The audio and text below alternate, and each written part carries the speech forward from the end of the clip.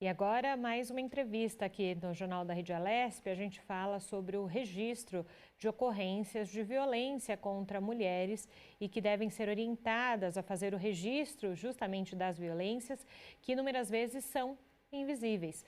Os casos de violência doméstica cresceram aqui no país. No ano passado, em alguns estados, como São Paulo, as denúncias tiveram alta de 255% no período. Em todo o Brasil, foram registradas 105.821 denúncias somente na plataforma do Ligue 180 e do Disque 100. E sobre o assunto, a gente conversa agora com Rafael Maluf, advogado criminalista. Boa tarde, doutor Rafael. Bem-vindo ao Jornal da Rede Alesp. Tudo bem com o senhor? Boa tarde, é um prazer estar aqui com vocês. Rede Alesp aí, uma transmissora sempre perto aí do cidadão, então é um prazer poder aí compartilhar com algumas informações. Prazer é nosso, doutor. Nem todo caso de violência, né, deixa marcas visíveis. A gente, né, uma marca que a olho nu a gente consiga ver, né, no corpo. O que a Lei Maria da Penha classifica, então, como violência psicológica, para a gente iniciar essa questão, depois a gente volta para falar sobre o crescimento dos casos durante a pandemia. Tá certo. É importante termos em mente que nem todas as espécies de violência deixam vestígios, né? Muitas vezes nós estamos acostumados a ouvir violência doméstica como agressões físicas, né? Aquelas que deixam vestígio e comprovada por meio de laudos periciais, né? Nós temos outras formas de violência doméstica também tipificadas na nossa Lei Maria da Penha, que são as violências sexuais, patrimoniais, a própria violência moral, né? Então, voltando ao seu questionamento, o que seria a violência psicológica, né? Neste caso, exemplificando, constrangimentos que a mulher sofra, humilhações, insultos, ridicularizações, seja publicamente, seja num ambiente fechado. Então, a mulher deve ficar atenta que ela não estaria só sendo violentada quando agredida fisicamente, porque há sim outras formas de violência existentes.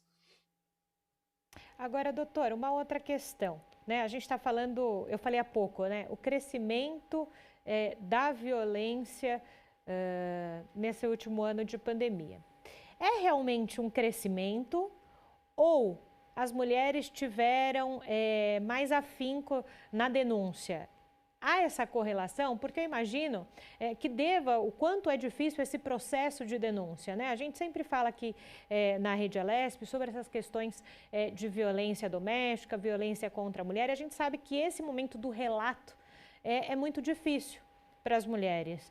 Qual que é a análise do senhor? Há realmente uma crescente efetiva ou os casos de denúncia que realmente aumentaram?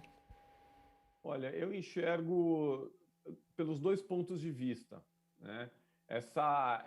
Esse momento que nós vivemos, houve aí um crescimento exponencial dos casos de violência doméstica em razão da convivência um pouco mais intensa, tá? E por outro lado, a mulher hoje, ela se sente mas assim, a violência hoje, a mulher não se sente mais envergonhada, né? Eu acho que houve uma transformação de uma época em que a mulher se sentia envergonhada de comunicar isso à autoridade policial, né? E eu acho que o próprio governo é responsável, né, durante as suas campanhas, de comunicar às mulheres que registrem as violências, né, que não se sintam intimidadas, porque esses registros são absolutamente importantes, seja para a preservação da mulher, né, e seja para as próprias medidas que o governo toma com relação a esses fatos. Agora, doutor, nós falamos há pouco justamente sobre essa questão do abuso psicológico. Como é que essa mulher pode registrar, então, esse boletim de ocorrência? É da mesma forma de uma agressão física, por exemplo? Como é que funciona ou não muda nesse caso? Sim, é absolutamente da mesma forma, né? O registro, seja de uma violência física, seja de uma violência moral, é absolutamente o mesmo procedimento, tá? A grande dificuldade que existe nos casos de violência moral é a comprovação, é a prova de que aquilo ocorreu.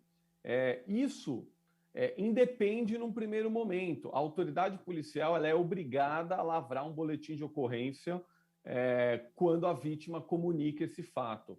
E, posteriormente, provas poderão ser apresentadas, tá? Então, é importante que a vítima também se cerque de elementos que corroborem com a sua narrativa. Então, gravações telefônicas, históricos de mensagens trocadas por aplicativos, testemunhas, e-mails.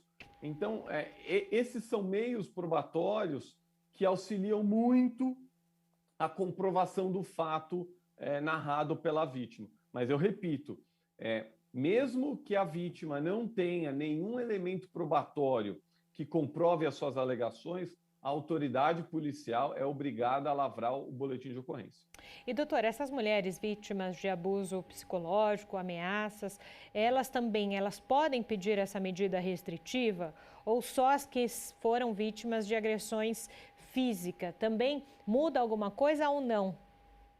Absolutamente nada. As medidas protetivas de urgência elencadas na Lei Maria da Penha, ela não especifica os delitos, né, que pretenderiam ser coibidos. Então, a medida protetiva ela tem dois viés.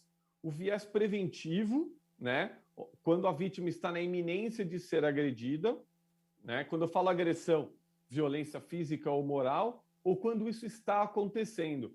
Então, a medida protetiva, ela interromperia essas agressões. Então, é importante a comunicação para a autoridade policial sobre esse fato, porque daí haveria a aplicação dessas medidas.